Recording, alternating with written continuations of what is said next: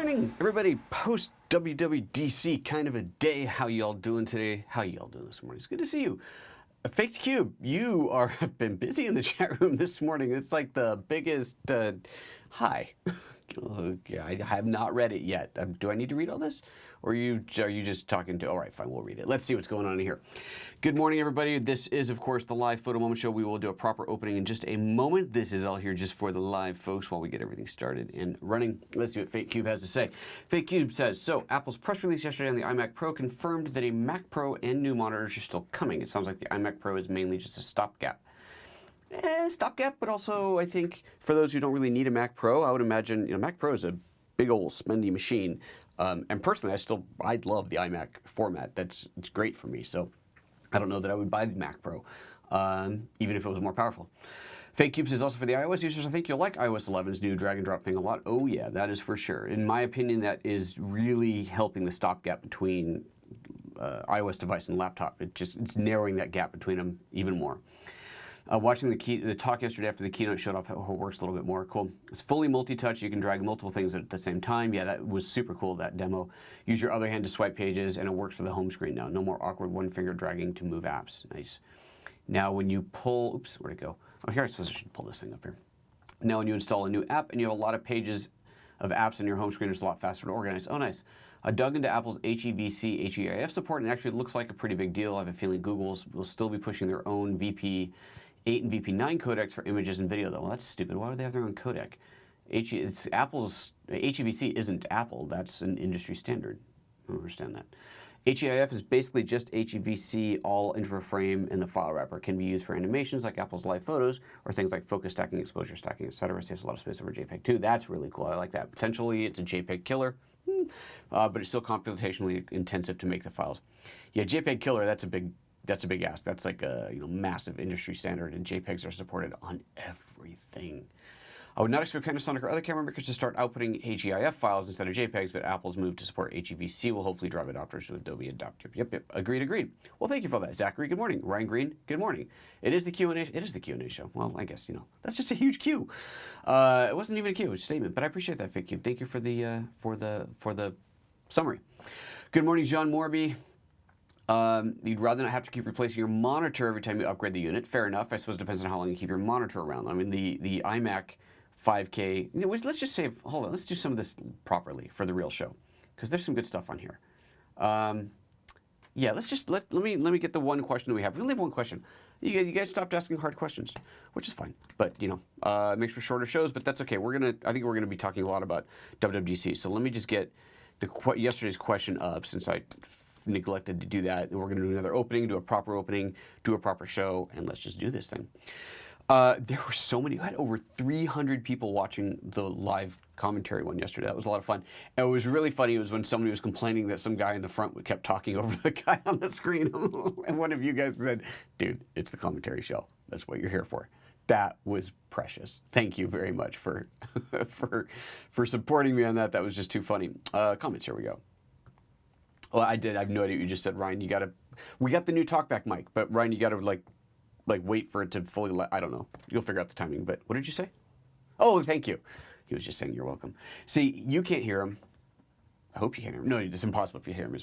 This is routed properly. We actually have a TalkBack mic now, so he no longer has to scream through the doorway for me to be able to hear him, which is pretty funny. Okay, let's see here. Today's date. There we go. For the one comment that I have, that's the one. Okay, we got it up. Okay. Yeah, should we do this? Just do this. Let's just get this thing started. All right, let's go to here.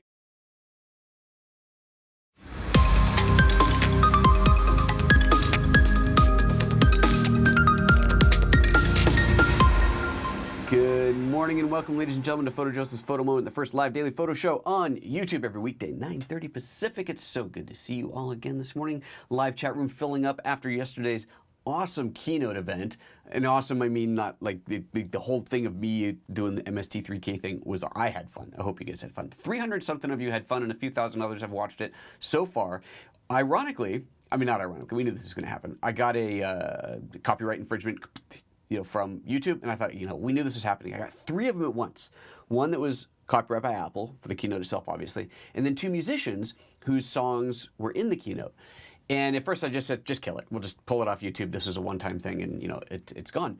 But then I was looking more closely, and it actually has the ability, it's a beta thing in YouTube, to remove the copyright infringing songs. So we haven't had time yet to see exactly what it did, but I'm assuming that what YouTube has done is sliced out a middle section of the song. What's interesting is that I don't have the ability to do that in the editor. I can trim something off the beginning and or the end, but I can't cut something out of the middle. So this supposedly automatically cut those out, which is great. Now I still can't make revenue on it because of the Apple infringement, but Apple isn't blocking me from having it, they're just blocking me from making money on it, which is fine. So it's really cool that was possible, we did that. It'll be fun. Next keynote, I'm going to absolutely do this again the next keynote because that was a lot of fun. And I think next time what I'll do is I'll have my finger on the mute and I will just mute the music part of it so that you guys don't hear that. We'll see. We'll figure it out. But it's kind of fun. So today's the Q&A show.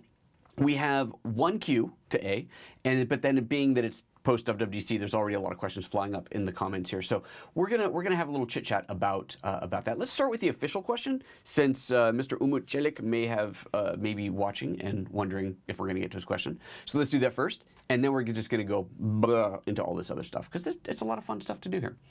I didn't prepare a slide for this one because it's just one question, so it's easy enough. Here we go. Umut's question is, in terms of image quality, which camera would you recommend within the G85, GX8, and GX85? Now this is clearly a very big question that doesn't have any one single answer to, but I thought it would be fairly straightforward to address some of the technical differences, and then from there it's going to be a lot of feels. What do you feel about it? But GX85, I didn't bring any of the cameras in here, but that's the little one. That's the one that I did the New Orleans thing on. That's the one I've consistently said I absolutely love this camera. It's a favorite little camera. It's super, super nice.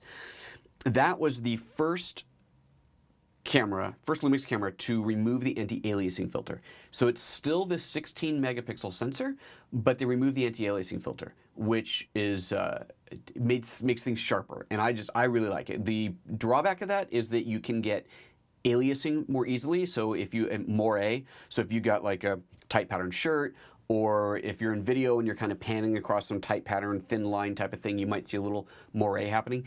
I've only ever seen it come up a couple of times in video. It's never been a problem in stills, and it's one of those things that I just kind of go, I don't care. To me, it's worth it to have the extra sharpness in the image. One of the things that I had been told, and I can't verify this from empirical data, but this is what I've been told.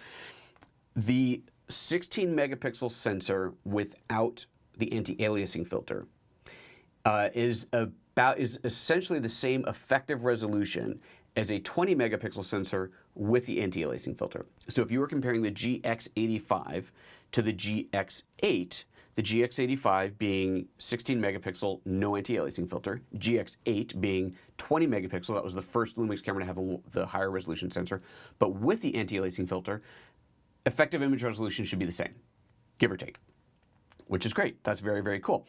So then that's the GX85. So that's the tiny little compact one. Same sensor went into the G85. The G85 is the same thing as the GX85. I know, trust me. Same sensor, so 16 megapixel, no anti-aliasing filter, but it's a bigger, beefier body. It's got weather sealing in it, and there's a few other more buttons on it. There's a few other features on there, but that's kind of really the big differences.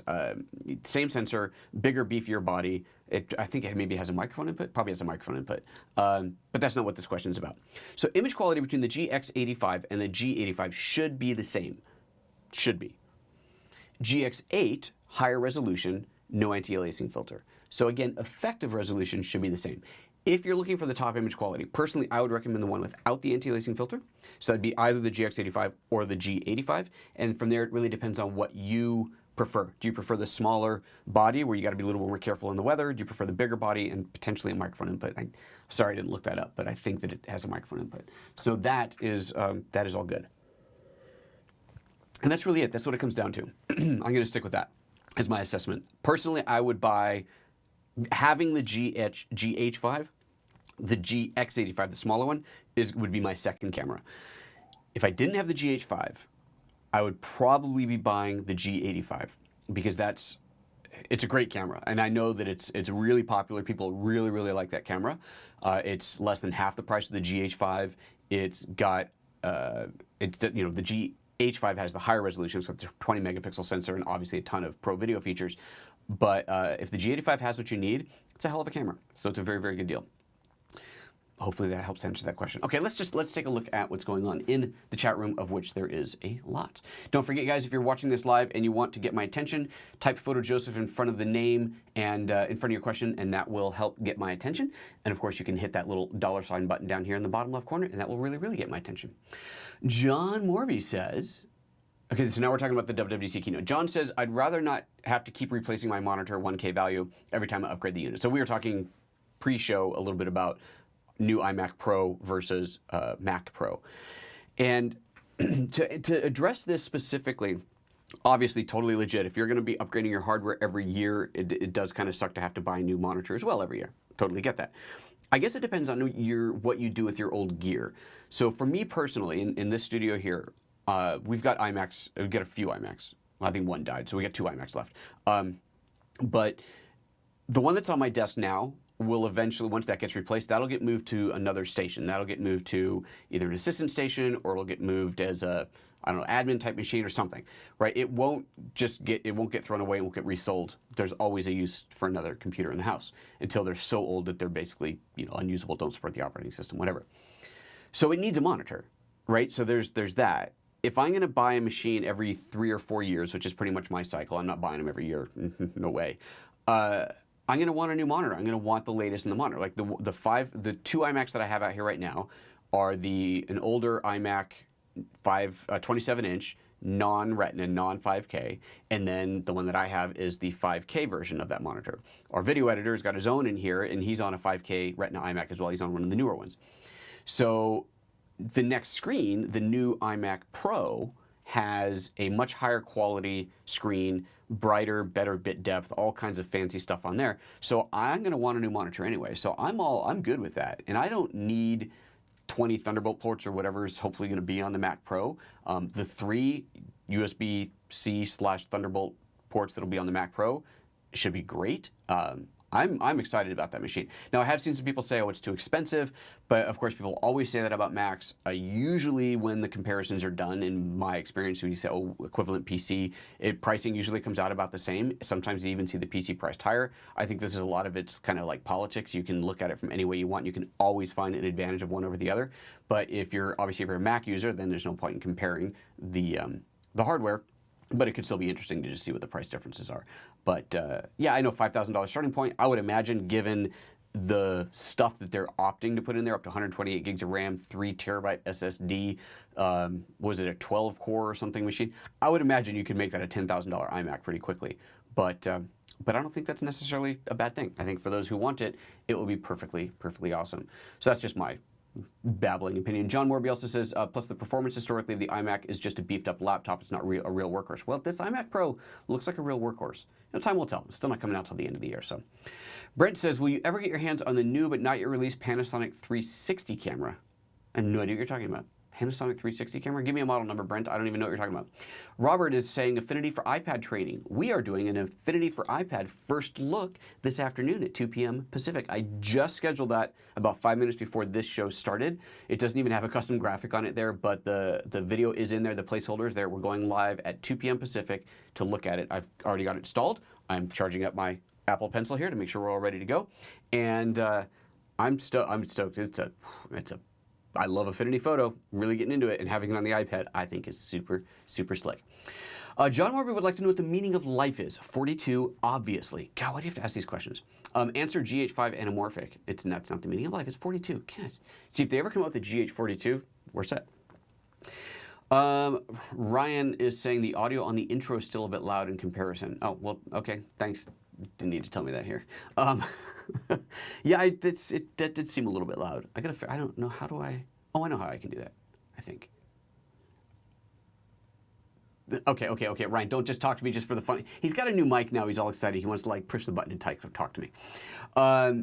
We will fix that later. My goodness. Okay. Let's see. Zachary says, I've been having a symptom, sounds painful, where when I set the time lapse on my GH5, it will turn off the camera, shut down Lumix Splash. Oh, the shutdown Lumix Splash screen. Okay. And never capture. Oh, ever heard of this or know the fix? Ew. So I have seen this before, not on the GH5 because I haven't done time-lapse with the GH5. When I did my time-lapse discussion about the LX100, that came up. I have had this. So you're scheduling it for some time in the future. The camera shuts down, which is what it's supposed to do. It should then wake up at the appropriate time and start shooting. And you're saying that it is not. Please make sure that, please clarify for me, Zachary, if I'm misinterpreting that. On the GH4, I think it was the GH4, doesn't matter. At one point in history, and this is probably a couple years ago, there was this exact issue, which turned out to be a time zone, what do you call it, daylight savings time bug in the camera. So if it was I don't know, summertime or whatever, one of the time, whatever, if you were in the wrong one, or if you were in a specific one, it would trigger the camera an hour later than it should have. So it seemed like it wasn't going to go, but if you actually stuck around for an hour, it would. Obviously, the time wouldn't be right, but it would happen. So that was a problem. But that was fixed in a firmware update. And like I said, that was an ancient thing. So if that is actually happening again in the GH5, that would be very, very sad indeed. So Zachary's giving me a big smiley face, so I'm going to assume that that is correct. So I'll have to try it. I will test it on my system because I haven't yet with the GH5 and let you know. Let's see what else we got in here. John Warby saying, I have 3 4K displays, show off, 2 32-inch and a 40-inch. That's fine for a while. I'll rotate the screens and maybe get an 8K screen as my main in time. 8Ks, you know, they're everywhere now, right? Is anybody even making something like that? That's insane. 4K screens are interesting because I think that they're kind of, not useless, that's a harsh term, but they have an odd place. So this screen right here, is a LG 4K screen. I could never run this at 4K because everything would be tiny, it'd be like microscopic, and my eyes aren't quite that good. I mean, it'd be tiny, everything's ridiculous. So right now, it is running just in low resolution 1920 to 1080 mode because that's what syncs with my switcher and so on. But if I connect my laptop to it without the switcher, it can run in Retina mode, so I get 4K, but in Retina mode. So I'm looking at a 1920 by 1080 layout, but at double DPI, the high DPI. Which is, once you go Retina, it's like there's really no going back, right? You can't look at anything that's not Retina. So 4K, so you have a bigger screen. This is, what's this thing, like 19-inch? I forget what this is. I don't know why I have a tape measure here, but 23, this is huge, right? This is almost 24. I mean, maybe let's just call it a 24-inch screen. A 24-inch 1920 by 1080 screen is kind of silly. Like, what you want, that's too big. So it's an odd size. But then you go to the 5K iMac, 27-inch, and now 5K running at Retina is half of 5K, and now things look the way they should, and it looks gorgeous. Now the laptop, I actually run it at a higher than native resolution because it feels everything's way too big. But I'm also sitting closer to it, so I can kind of get away with the smaller icons. Anyway, my point of all this babbling is that I think the 4K display is a really odd size, even though it's 4K. Now, if you're using it as a monitor to view your 4K content, clearly that's perfect. But as an actual computer display, it's an odd size unless you're looking at a small, physically small 4K display, or really big 4K display, but then the pixels are too big. So yeah, it's an odd one. It's funny because it's just odd. And even the Apple 4K, iMac 4K display one, it's bigger than 4K. It's weird. Anyway, okay. John says, I have the i9 Kaby Lake costs something like 2K just for the CPU. Yeah, see, so 2K for the CPU, 2K for a 5K monitor, then you still got all your RAM and everything else and blah, blah, blah, and keyboard and all that for 5K. I don't think the 5K is expensive. I really don't. It doesn't, I mean, obviously it's a lot of money, but I don't think it's overpriced. Adrian says, I've got a conference coming up. I want to use GH5, but long distance and very low light. So any suggestion on lenses or speed booster to higher?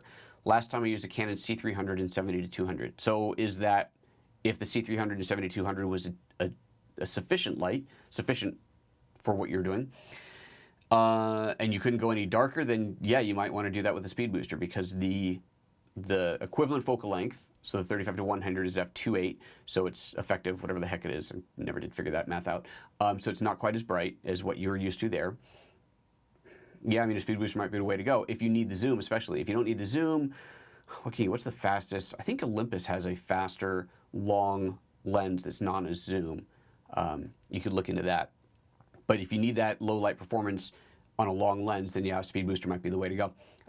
You'd have to do the math and run them all up. I just don't know. Okay, John Nelson says, I tend to want more real estate more than the uber resolution. Yeah, but then, John, don't you have a problem with these tiny-ass little fonts and you can barely read them because they're microscopic on your screen, or the icons, the tools are tiny? You ever launch Photoshop on a 4K display at native resolution? It's like, I think there's an arrow here somewhere. It's kind of crazy. John says it's all about the desk space. Real estate is great. And, you know, you've seen my desk space setup out there. I've got that vertical monitor, which actually is not Retina. That's just running regular 1920 with 1080, but it's kind of thumbnails, tools, and it's a little bit farther away. I would like it to be Retina, but it was super cheap. What was that display? It's like a $120 display or something. So pretty good. Madan, I should put that back up. Madan Ariel is saying, could you suggest a cheap anamorphic adapter? No. I couldn't, because I don't have any experience with the adapters yet. I don't even have experience with the anamorphic lenses. That's one of those major things that I've got to do a whole bunch of research, prepare for, do a show around that, but it's not like, you guys got to remember that when I'm done with the show, I have other work to do. So I can't spend all my time preparing for the show. I would love to do one of those one day, but I haven't yet. I don't have any experience, so no, I can't give you any suggestions. I would say go to one of the Micro Four Thirds websites, forums, and start poking around in there and see what people are recommending. But I unfortunately do not have a recommendation for you. Zachary then says, the new 8 to 18 is for real estate / indoor. What other uses are great to justify buying this lens in your mind? Okay, so as far as real estate goes, this will be interesting. Whenever I do finally get one, I will compare it to the 7 to 14, which is currently my standard real estate lens, super wide. It's aspherical, so you get minimal distortion. As long as you keep that lens straight up and down, you get absolutely minimal distortion. Obviously, it's slightly wider than the 8. But this 8 to 18, I think just if you really like a wider field of view, even for street photography, it could be great. If you're doing selfie videos type stuff, you know, the vlogging set, I think it's going to be a very popular camera for people who are doing a lot of their vlogging selfie style, because you get that extra wide field of view. You can get a few people into the frame. It is smaller and lighter weight than the 12 to 60. Obviously a much wider field of view than that. So if that's the kind of thing that you're into, I think that lens is going to be very good for that. I know that a lot of people like that wider field of view for the selfie vlogging type of thing. I don't do that much of the selfie vlogging type thing. I've been fine with the 12 to 60 for that, but it's always zoomed all the way out. And I guess there are times where you go, well, okay, having a little bit wider would definitely be good.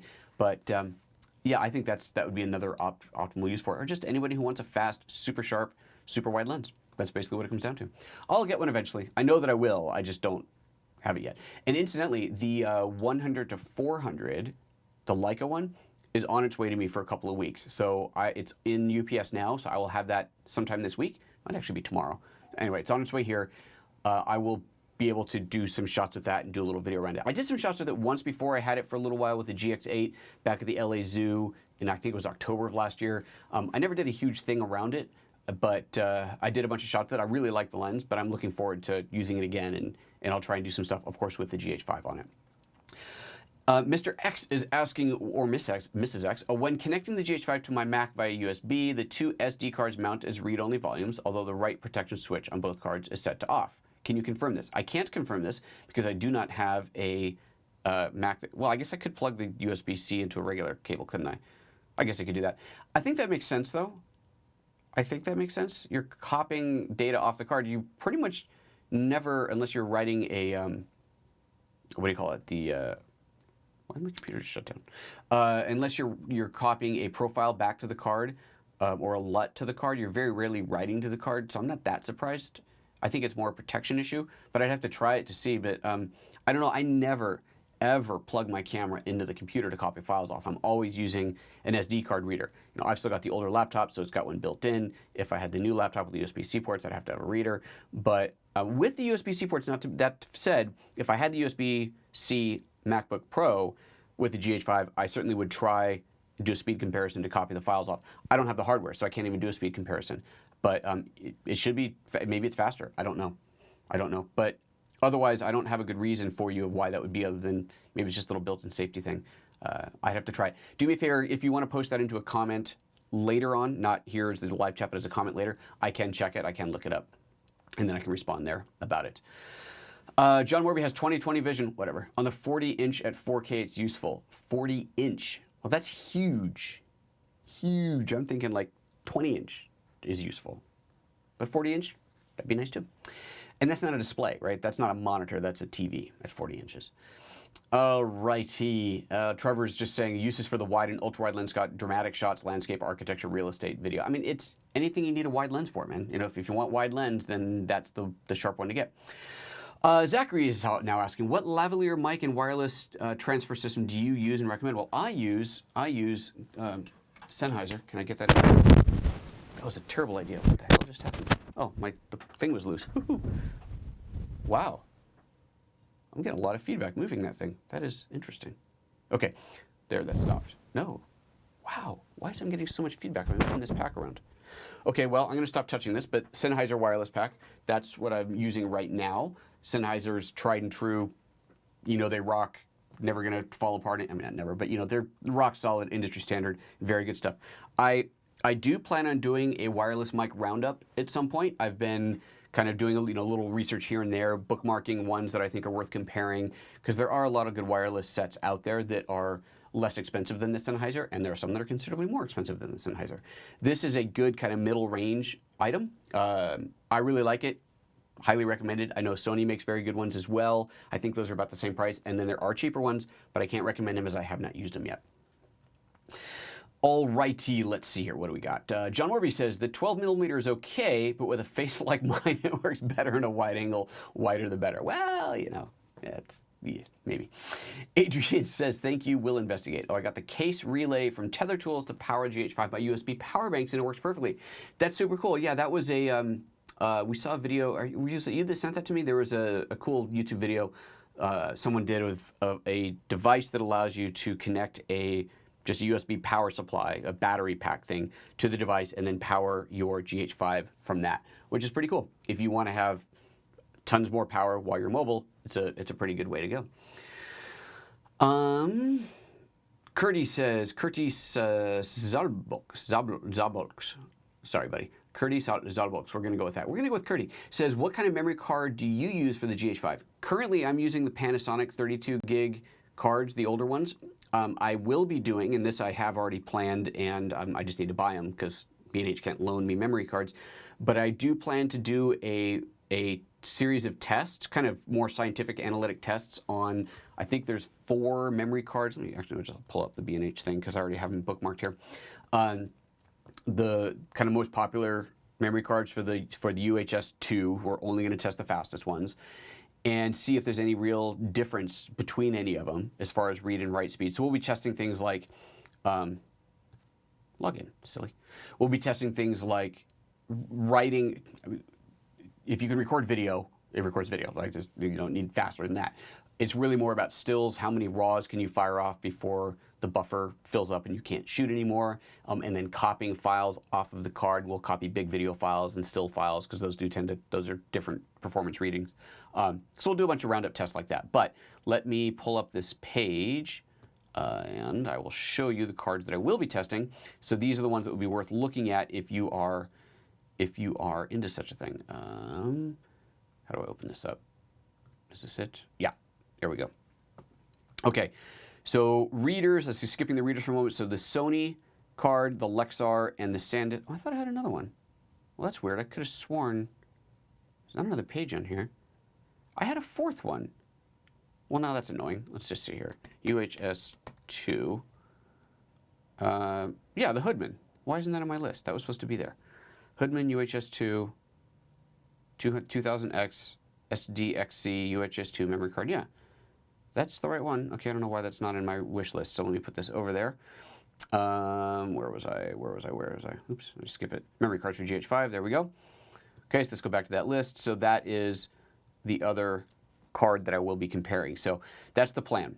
I think that's the only one that's cheaper, right? No, I guess they're all about the same. 120, 95. That's a big difference actually for the Lexar.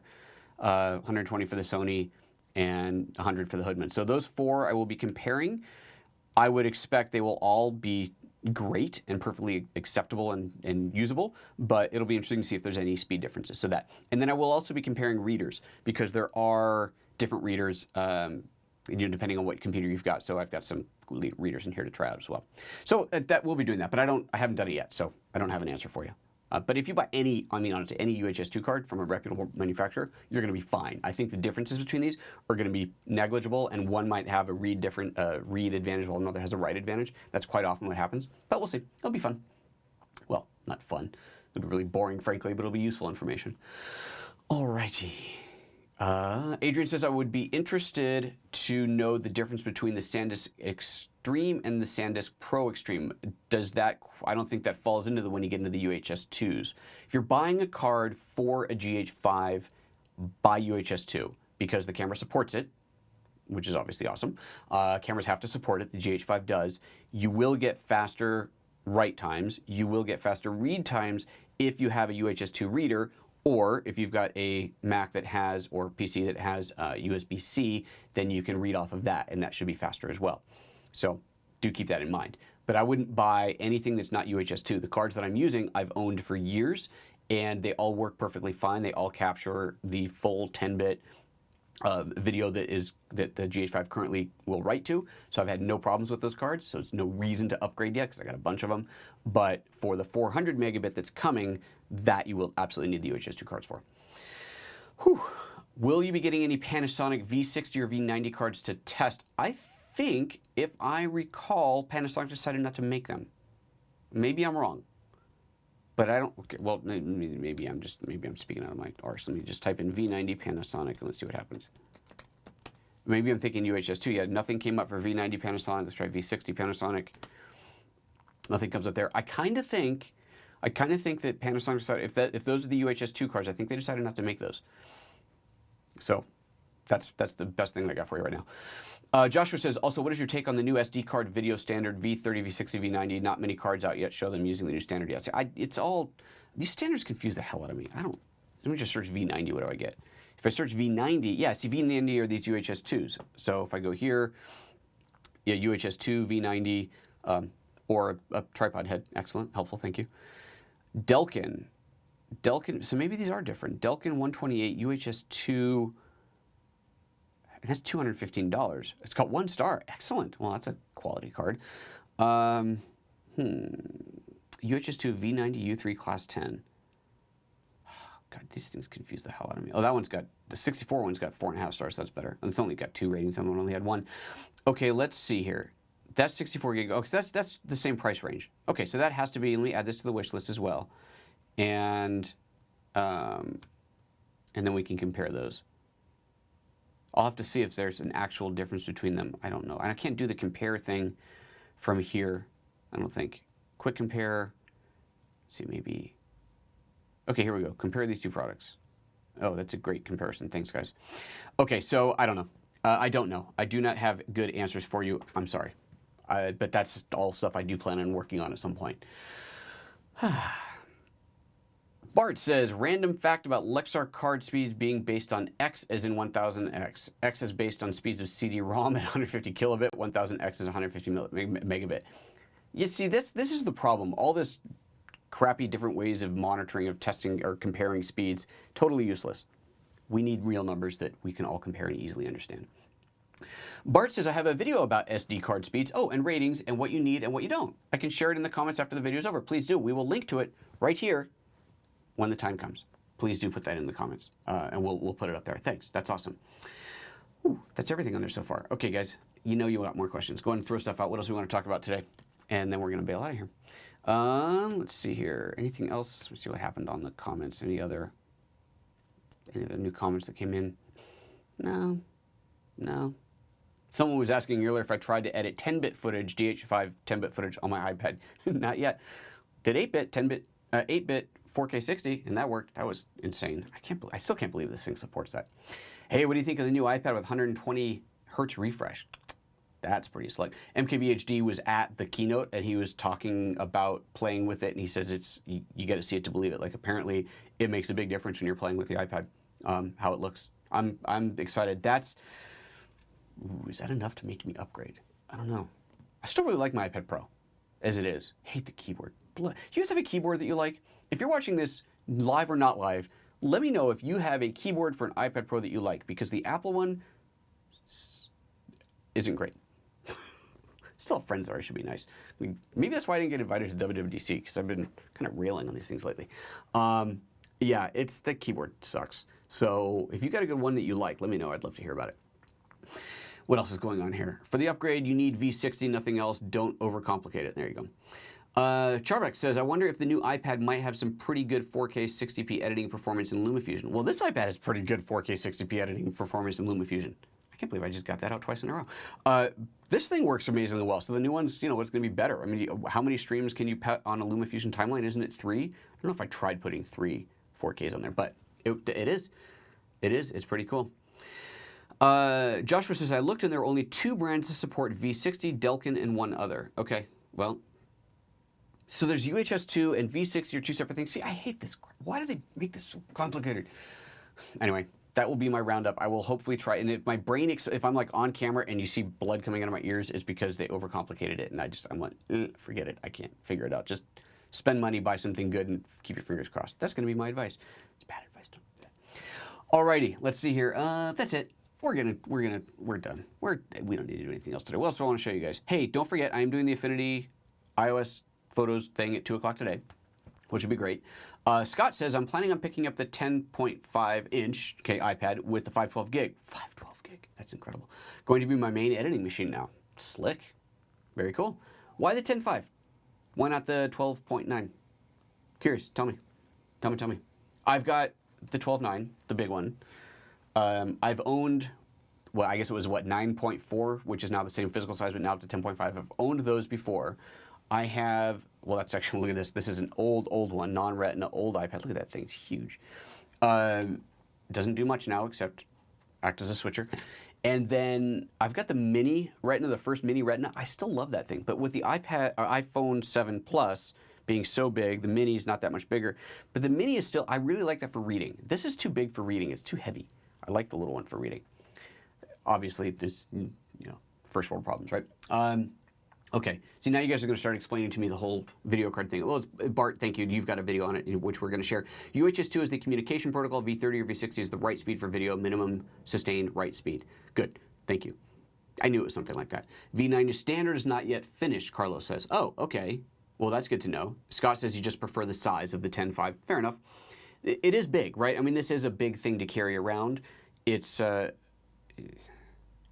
I'd have a hard time deciding if I was going to buy another one, if I was going to go for the 10.5, being that you now have the bigger screen and the smaller form factor. Ooh, that'd be tough. That'd be real tough.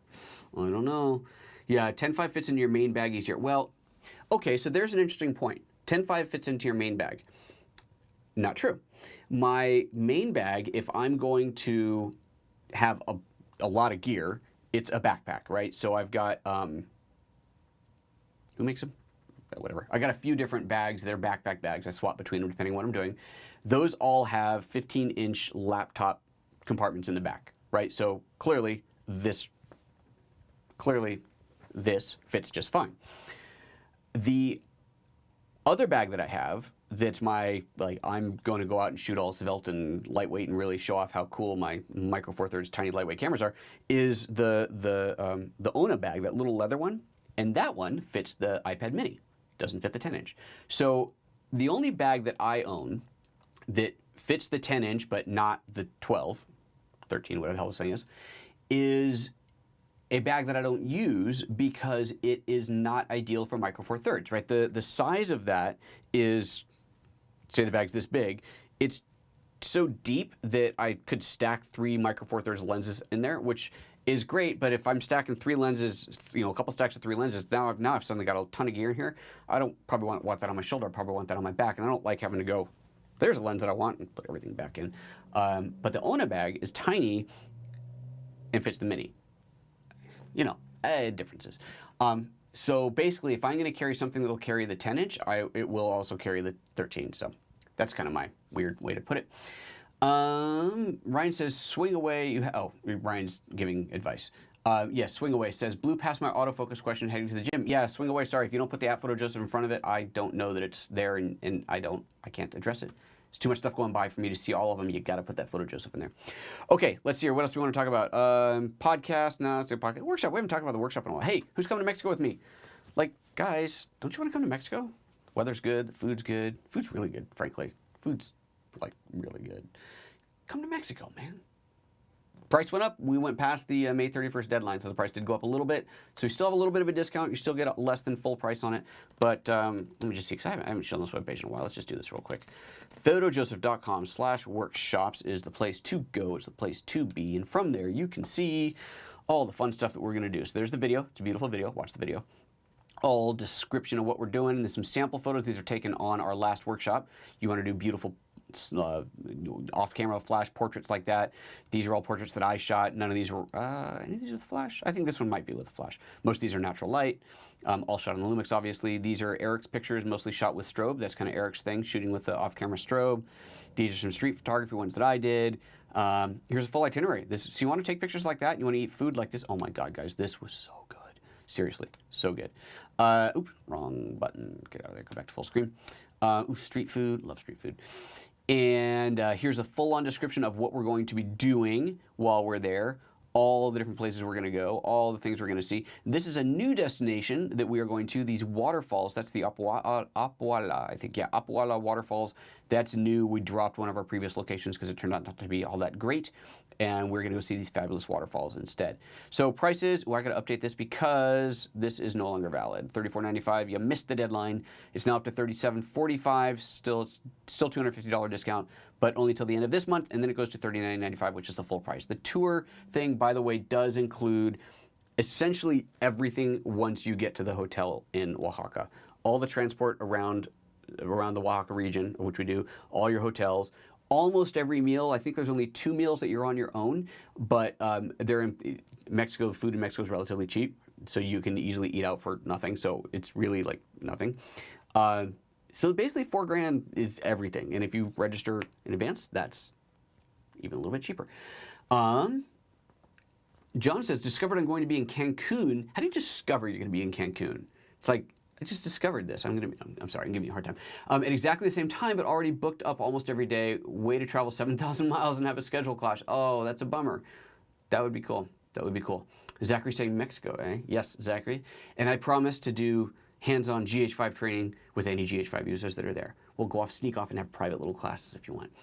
Marvin the Paranoid Android says, is the discount still available for the GH5 course? Yes, it is. The GH5 course discount is still available because it is not yet complete. We're getting closer. I don't think we're going to make our June 15th self-imposed deadline, but it is well in progress. We are going to be releasing the first videos probably in the next few days for those who have pre-ordered. So part of the whole advantage of pre-ordering this thing is that other than saving money, which is obviously very nice, if you just go to gh5training.com, you can pick this up. The full training will be $100, $99, whatever. It's on sale, pre-order sale for $59. One of the advantages, other than helping to fund the production and obviously saving money, is that you will get early access to the videos. We will start releasing those, like I said, this week. We originally were doing everything in-house, but we decided, I've hired an audio engineer to do final pass of audio sweetening on everything. Takes that load off of the editor so he can just focus on editing, and the audio guy is obviously better at audio because that's what he does. So we'll get a better sounding video. So for those of you who have watched the sample videos that are on gh5training.com, those are in-house done sound, so the final ones sound even better. So we have, I forget, a dozen or so of approved videos, meaning I've approved the edit, they're ready to go. They're now going through sound editing, and we will start uploading those to the site for you guys who have pre-purchased to download whenever you like. So that's one of the other advantages. Whereas if you're waiting for Lynda, which by all means, if you're not in a rush and you're a Lynda subscriber, wait for it to go up on lynda.com because it will save you money. And but that will be later. So anyway, so there's that. So long answer to Marvin's question of is the discount still available? It is. The discount will be available until I have that last video ready, because if you're paying full price, you need to be able to say, I want to download now and get the whole course, not get part of the course. So until the entire thing is complete, the discount will apply. Faked Cube says, keep doing those trips and I'll join some year. Fair enough. This year I spent too much money on new camera gear already. I know how it goes. John Warby says, we'll have to see if we can meet up one night and sink some mezcal. Ooh, yeah, now you're talking. That sounds like a good plan. I like it. John Warby says, I am there on the 14th to 21st of October. When are we going to be there? I don't even know what our dates are. We are there on the 16th to the 24th. I will be arriving, but Cancun is nowhere near. You said Cancun? It's nowhere near Oaxaca. Is it? My geography of Mexico is not that great. But no, Cancun is not. Cancun, Mexico. Let's take a look. No. Whoops, wrong button. Zoom out, zoom out, zoom out, zoom out, zoom out, zoom out, zoom out, zoom out. Actually, it's not that far, but that's still far. Okay, here. Let's pull the map up here. Let me close this. Oops. Stop. Let go. Let go. Map. There's Cancun. Oaxaca's over here somewhere. Oaxaca's way over here. That's a long dude. That's a long drive, dude. I don't think you're gonna make that drive just for a mezcal. But hey, if you want to, I'll drink with you. Cancun is closer to me than London. Well, that much is true. That much is very true. I will be arriving. I haven't booked my flights or anything yet, but I will be arriving a couple days before, probably on the 14th, maybe even the 13th, just because I want to get there early. You know, it's important. Make sure I have plenty of time to sample mezcal, make sure nothing's changed since January when I was last there. Cool Addy PMG says, any date on the all intra-compression update yet? You're talking about, are you talking about part of the GH5 update? No. The firmware update? No, they haven't released dates. There's no update on that. Okay. All right, guys. I'm out of here. Take care of yourselves. Don't forget to like the video. If you're watching this right now, scroll down, hit that like button, please. It really does make a difference. It's one of those things that you wish YouTube needs to have like a thing at the end that says, did you like it, and pop up, but it doesn't, and so you kind of forget. It's easy to forget, but don't forget. Just do it right now. It's okay, you can do it. I'll wait for you. No, I'm kidding. Give me the thumbs up. You know how the routine goes. Subscribe if you haven't subscribed. Do the thumbs up thing. Anything else I want to tell you about? If you're buying a GH5, there's affiliate links down below, all that good stuff. You know the routine. All right, guys, take care of yourselves. I'll see you next time. Bye-bye.